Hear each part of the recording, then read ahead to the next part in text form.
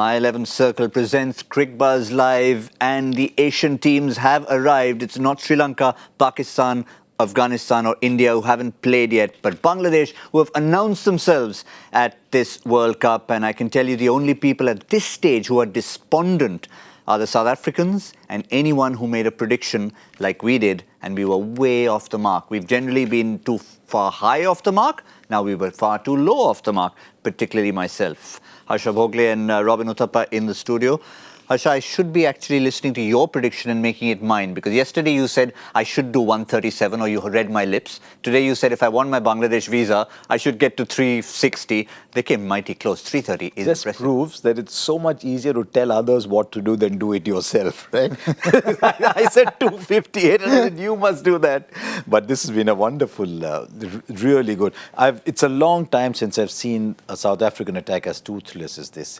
Because over the years we've been watching South Africa, and there's always a bowler who comes hard, hits it back of a length, tries and gets something. These big seam bowling all-rounders that South Africa had, the Pollocks, the Kluseners, so many of them over the years.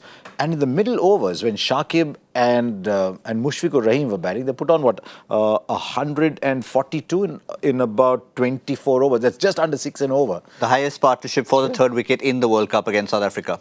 There you go. Is that all? Or again, South Africa in the match starting at 10 o'clock? But they were going at almost 6 an over, Robbie. And, Yep, they were. And they didn't look threatened at any point, right? Absolutely not. As a South African supporter, it's quite disheartening to see the bowling lineup as it is. And once Lungi Ngidi was injured and he went out, you just felt your heart went out to the South African bowling side. You know, it's so disheartening. As in someone who's grown up watching real good South African attacks, when you see the attack that bowled out there, you know, you feel for someone like Rabada out there, because, you know, he's the only guy out there who's got, you know, anything that he can do on the field for them.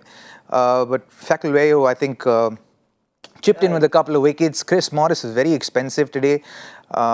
Generally has been the case in one-day cricket for him in the last couple of years, but it's very unfortunate to look at that bowling lineup and see how it's done today. And look at Ngidi, Tahir, Ngidi, Markram and Dumini. Yep. That's one bowler, right? Yep, that's one bowler for them. That's 38 and 10, 48 and 58, 68, 82. There's another 82 there. Yep.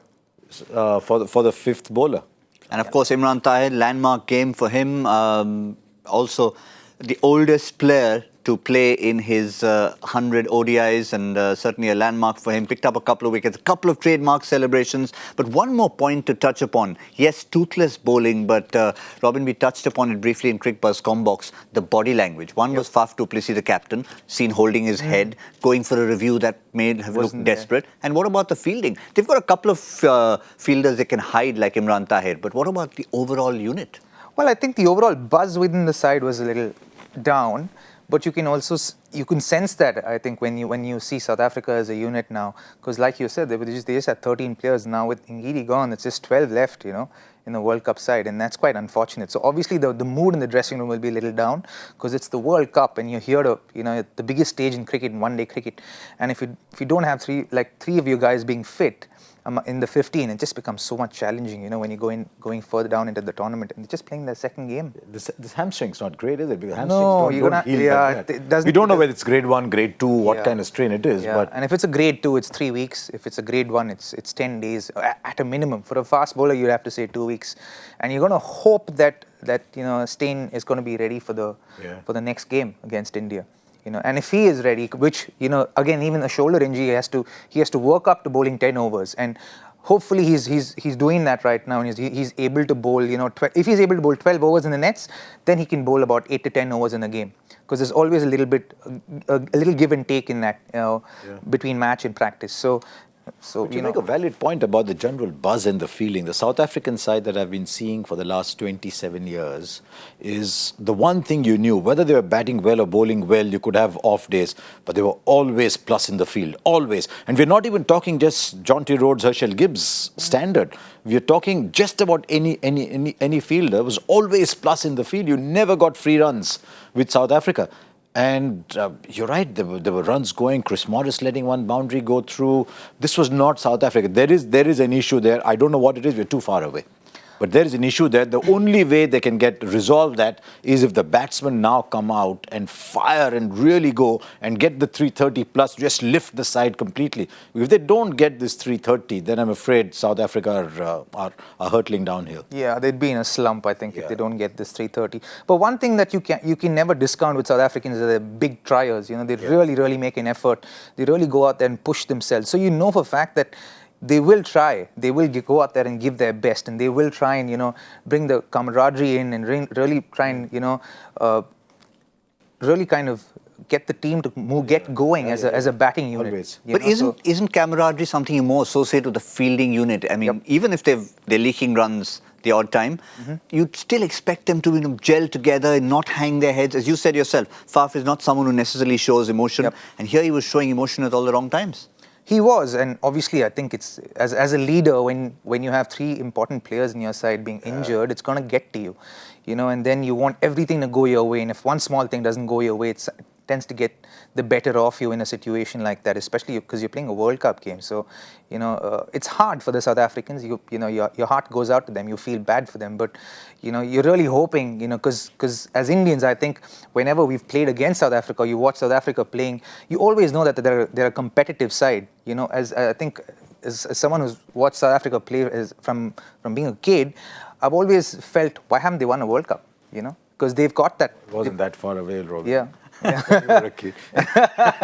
You know, so you've always considered them a competitive side and someone that can actually win championships, so to speak. So, you know, when you look at that, you know that they're going to try their best, but you also feel bad for them in that sense. They really need a good start today. They do. They do. Really need a good start. They need guys like Quinton de Kock and Faf and even Aiden Markram at the top. Markram to really come off, you know. And the thing is, if you look at the Bangladesh innings, you know, all this time we've talked about the one-sided games. We've had teams not batting 50 overs. You're talking about 20, 21, 38 overs like we had Afghanistan yesterday. Not only did Bangladesh play their 50 overs comfortably, they had the start they wanted, they had that big partnership in the middle, and they had a finishing kick from someone like Mahmudullah Riyad. And have a look at this. It was that... You know, that early part, Robin made a point before play started that some of these players are in their fourth World Cup. They've got so much second most experienced side. You could see it in the way Shakib and Mushfiqur Rahim were playing. That 6.33 that you're seeing there was largely those two. And you could see how easily they were playing. When they were not hitting fours, they were taking singles. Occasionally there'd be a boundary. But you could see there were two vastly experienced players who knew what to do in the situation. So you're absolutely right. They've played so many World Cups. They've been there before. You could see that experience coming good for Bangladesh. Another interesting number that was thrown at us, and this is probably the fact that South Africa have got used to taking wickets up front. In the last 6 or 7 games that they played, in the last 7 games they've played, the average opening partnership against them has been 10. A total of 70 runs has been scored by the openers in 7 games. Today, Bangladesh got 60. Yeah. So what does it tell you about how good Rabada and Steyn and Ngidi have been in recent times? Yeah. So today, no Steyn, and the fact that you had the experienced openers playing really well, Tamim playing sort of within himself, Shomu Sarkar in form, like you mentioned. Yeah, so like I said, I think because Shomu Sarkar played the way he did, it allowed Tamim to take his time. Tamim has always been a little bit of a scratchy starter, but once he gets going, he's a delight to watch. And exactly what happened today, you know, Shomu Sarkar really took the attack to the opposition, and Tamim tried to take his time. And the good thing about those figures that you just saw, or you're still seeing, are the fact that they're all recent figures. Sometimes you can talk about history going back 6 months, 8 months, 9 months. There's nothing better than recent history. You're talking about just a few weeks ago, putting on those partnerships. You can say that it was only Ireland. There was West Indies there. Yeah. And West Indies demolished Pakistan the other day. In Ireland, you get wickets that do a little bit, right? Yeah. As much as they do if not a little bit more. Than they do in England, right? Do in England, yeah. So look at that, 7th, 13th, 15th, 17th and 2nd. So that might be 5 in a row actually, that they've got 50 plus. So not necessarily 5 in a row, but yes, enough in a cluster in less than a month. A period of 30 days. Yeah, in less than a month. Yeah. And that says a lot. As you said, it is in Ireland where whatever happened, whoever the opposition, one's the home team, the other is the West Indies. You're not talking about maybe flat tracks in Dhaka they've just flown in from, playing a sort of festive kind of series as a build-up, and then they make those runs. There's another player that they haven't picked today that I think is perfectly capable of getting those runs. That's Sabir Rahman. And they haven't picked him today. That tells you how strong that batting side is. Liton Das as well? Liton Das. They haven't picked Liton Das, yeah? So they're sitting in the sidelines. Here you're talking about South Africa struggling with 12 fit players, and Bangladesh is sitting with even fitter players who are not even getting into the side. I think that's a wonderful problem for Bangladesh, because I also think that these two openers should open for the rest of the World Cup, and they shouldn't change this opening lineup. I think Liton Das would be the third opener. I think they should stick to these two. I think they really get along well, and they play well in that position at the top of the order. And I think Shakib coming at number 3 with his experience, I think is the best thing for Bangladesh. Also, Mushfiqur follows him, which is great, and then Mamadullah Mozadek playing at the later end of the innings would be the right guys to do what they did today, exactly what they did today. We ended our pre-show talking about Mushfiqur Rahim, the pocket rocket, as it were, and he's just grown in stature. Not in height, but in stature. And this is again the difference. Often it's a better thing to grow in. Yep. And this is the reason. I mean, as you can see, we pointed out that 3.3 50-plus frequency. Obviously, it helps to bat up the order, but it just doesn't mean that it's like talking about putting away a bad ball. No, but it's just because you're up the order doesn't mean automatically the runs will come. True, and the strike rate's 90. So that tells you that he's a busy player. Even today, he was better than run a ball for a major part of his innings. Most part. It was only towards the end that he just slowed down a little. He had to slow down because Shakib got out, and then so he had to play that role where he had to bat through the innings. It would have been ideal for Bangladesh if Shakib batted through the innings and Mushfiqur could take the attack. They would have probably gotten a 340, 350 if that had happened. But I think they were 20 runs short. But I think that's a good figure that you pointed out, the strike rate, because often what happens is someone going from 6 and 7 up to 4 will definitely improve his average a little bit because of the more time he gets in the middle, but they're not necessarily the strike rates. You could have a better strike rate down the order, whereas with Mushfiqur Rahim, he's improved in both departments. Actually, with Mushfiqur Rahim, I think with a growing stature, when he started off, wasn't there an increase in height as well? He started so young. He still looks about 17. But also, Harsha, the rules changed where you have 5 people inside after the first 10. You have 5 guys inside the circle, right? So that gives the batsman a little more opportunity and the onus to take the attack to the middle over bowlers, to score more runs. So I think that would also be a reason why the strike rate is better. Yeah. But on that height note, I know it sounds very flippant, but I think Mohandas Menon told us either Khalid Masood was the other wicket keeper or Mushfiqur Rahim, that they actually grew taller after making their debut. One of them actually grew taller after making his debut. So but it wasn't just stature, it was height too. The height comes with a massive advantage for someone like Rahim, because a good length ball is, and with him standing deep in the crease, is as good as a short ball. And that's why he was cutting so well today. He was hitting it over point for 4. As soon as he came back, I think the first run he scored was a cut over point for 4. So I think the height's an advantage.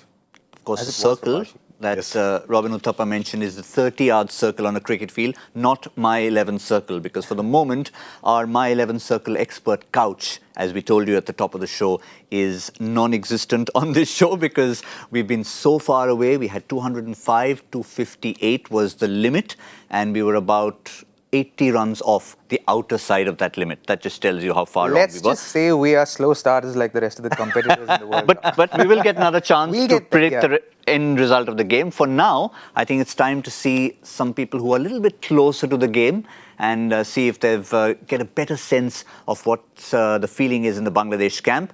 Danish was centre stage.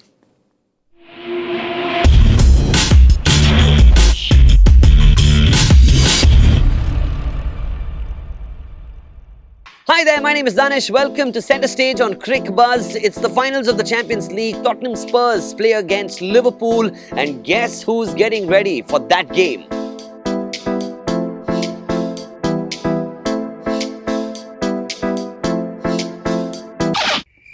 Nah, I'm just kidding. It's the Bangladeshi team that's getting ready for their World Cup campaign. We're here at the Oval, and this is where South Africa lost to England. So now Bangladesh seem to be in great nick considering they beat West Indies not once, not twice, but thrice in the recently concluded triangular series between Ireland, West Indies and them. Will this good form continue? What are the expectations? Let's find out.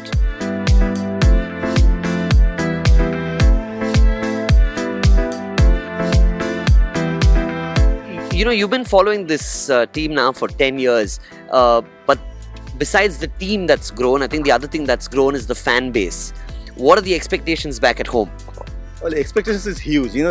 Cricket is the biggest thing in Bangladesh. So and we often call this the only thing Bangladesh has to has that we can take pride. So, but the reality, Bangladesh ranked 7 in the ODI ranking, and every team in this World Cup expect to beat Bangladesh. And they think that 2 points is granted for them.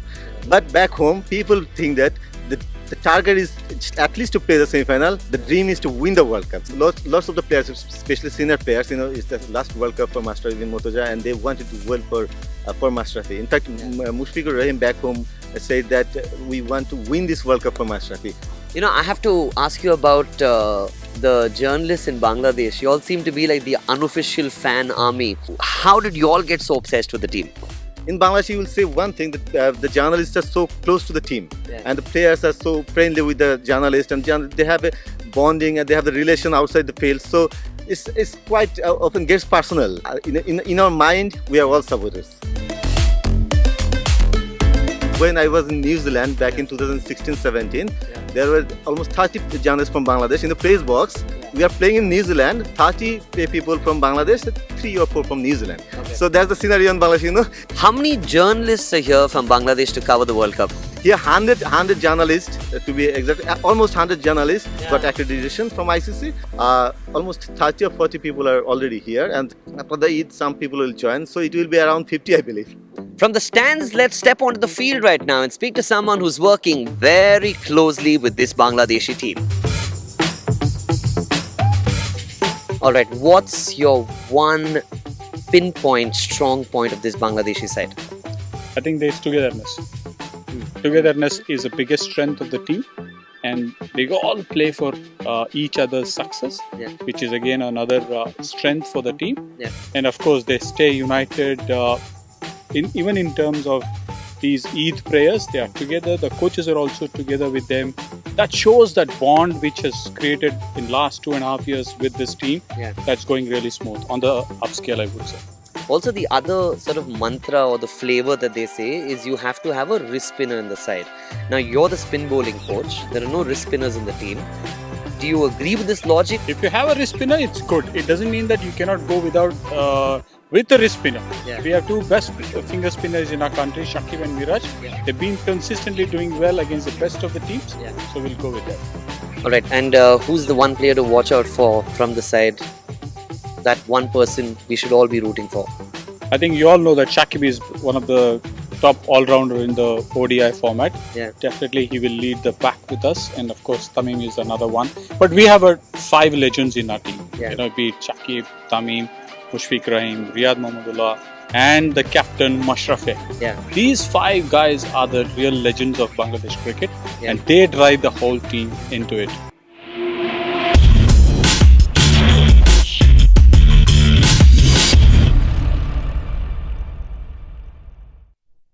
You could see that's the general feeling that you get. The last time I was in Bangladesh, and I can hope after my prediction today that I'll still continue to get the visas, there was a huge banner as you come out of the airport. And it wasn't even a banner, it was a proper sign, a proper billboard that said, with the logo, Bangladesh 2019 World Cup champions. So it's not just about saying, good luck Bangladesh. They had a banner saying world champions. Put that up? Well, they've got to start by defending this 330 then. We've got to start, I mean, they won't get a better opportunity to get 2 points up against a top team in world cricket. Well, top as of now. I don't know where South Africa's headed, but this is their best chance to pick up 2. So if they really want that, they've got to start by picking up 2 today. On a good track. That's what Shakib said at the end. He said it was a very good wicket. We knew we had to be patient and stay in. I think that was the key word. I was reading the same thing on the app, and the words patient is what he said. That it's not that they were saying that good track means you can just hit the ball and blast 350. We can be patient, and they obviously knew that 270, 280, and then we take it from there. Exactly what Zakbai was saying yesterday as well. I think getting off to a slow start is not a bad idea in these conditions, because you can always make up when there's wickets in hand. And I think that's exactly what they did, build partnerships. And we see they had a 140-run partnership, they had a 60-run opening partnership, and towards the end they had 2 or 3 40-run partnerships, which is what helped them get to where they got to today. You were saying that the Oval's not an easy track to defend a score. It isn't. Big scores have always been chased there. I've chased a score down for India on that ground, so I know that it's You know, it's a great kind of rundown. And there's scores. nothing we saw in this track which suggested that batting might get difficult, right? No, it gets easier actually in the Yeah. second innings. It actually gets a lot more easier to bat in the second innings. And so for South Africa's sake, you know, they're hoping that the batting can come off today and get that score. Yeah, I think looking at the World Cup as a whole, it's a very crucial 3.5 hours coming up. Because I think if South Africa don't chase this down, then they're in big trouble at this World Cup. Because their own self-belief will be down. They'll start thinking about all that's going against them. They'll say, look, someone's injured. You start to get negative thoughts when you're on your way down. Yep. And then they don't have a callous kind of person to lift them up as whatever. But you don't want those negative thoughts around you. So it's critical for South Africa in this World Cup that they chase this down. And for Bangladesh, if their banner's got to be looked at. Yes. I agree. I think it's, you know, I think if South Africa don't chase this down, it'll be hard to find inspiration. Yeah. And for Bangladesh's sake, this win, if they go on to win this game, will really put them in a good position. You know, provided they are willing to focus on the processes. You know, it'll be dependent on guys like Shakib, Mashrafe, Mushfiqur, Tamim to really hold this team to say, hey, let's take one game at a time and deal with one game at a time, look to win one game at a time, for them to really become, you know, contenders in this World Cup. You know, there's 20 to 25 overs of finger spin here. At least 20 overs of finger spin here. But there wasn't much turn, Harsha. Yeah, There's so I'm not just much thinking, turn. 20 overs of finger spin, is that good or is that going to be tough? And they for don't Bangladesh? have Rubel Hussain, who's probably the quickest amongst the Yes. Bangladesh fast bowlers. So they don't have real pace, you know.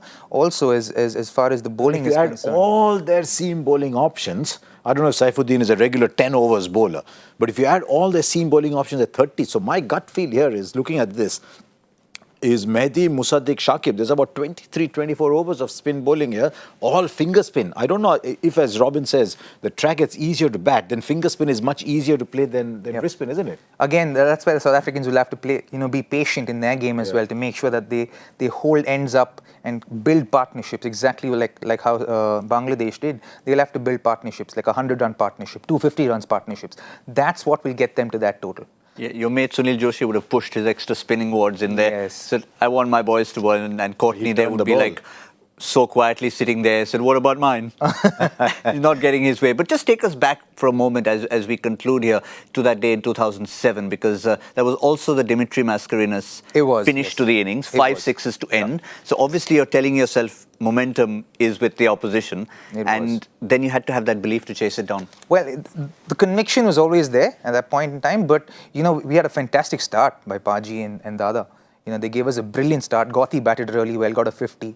Then, A new MP, you mean? yeah, new MP, yes. So Gothi got a good 50 in that game, and then it was down to MS and me, and Mahi batted really well. And when Mahi got out is when there were 12 balls left, and I just had the conviction that we could get through in this game. You know? Yeah, I remember chatting with you after that game. I was sidelined. The only thing I missed in that whole game were all 5 of Mascarenhas' sixes, because it was the last over. We were heading down, waiting in the tunnel, this big security guard. I said, listen, I just need to stand on the sidelines for the last over. No, you can't, sir. You can only go after the game's finished. And so there it was, 5 sixes, no idea what happened. You can ask UV will update you. Oh, no, he will not update me at all. UV is going to send me a message at some point now. Though UV tells a story, when they chased that CB series, when they chased the total down, and UV was trying to run onto the ground, someone did say to him, where do you think you're going? I don't do the accent well enough. How would he say, where do you think you're going? Oh, in England? Yeah. Oh, sir, where do you think you're going? You're not going anywhere. Absolutely not. You want to do a pitch report? You can do it out here on the boundary line. He said, catch me if you can, and ran with his pads on. If you remember that CB series, he goes running out in the final. Yeah. We love them. No, not CB series. Why am I saying CB? No, it's not NatWest. CB series. NatWest NatWest. series. NatWest series, yeah. Yeah. But yeah, we've had some fun in the CB series as well down We did, under. huh? Yeah. We did. All right, so now it's time, it's prediction time. Which side of green are we leaning Robin's on? going first, taking first strike. Yep, you take strike first. Okay. So if you obviously are going South Africa, you have to nominate roughly which over. And if you're Okay. going Bangladesh, by how many runs? I'd say South Africa, 48th over. Bangladesh by 10. I might head there too. I might need the Yeah, visa. no, I'm not just for my visa, but I just somehow feel that it's a trend. That banner, so many things are just crying out for it. So I'm going to go Bangladesh by 30. So now he makes up for that visa. Totally. He gets his visa back now. Bangladesh, শুনছেন তো সবাই? Bangladesh by 30. There you go. That's the way to finish. We're wrapping up my 11 Circle presents Cricbuzz Live. But of course, we'll try and assess where we are in the 15th over on Cricbuzz Combox. It should be quite a cracker from the Oval.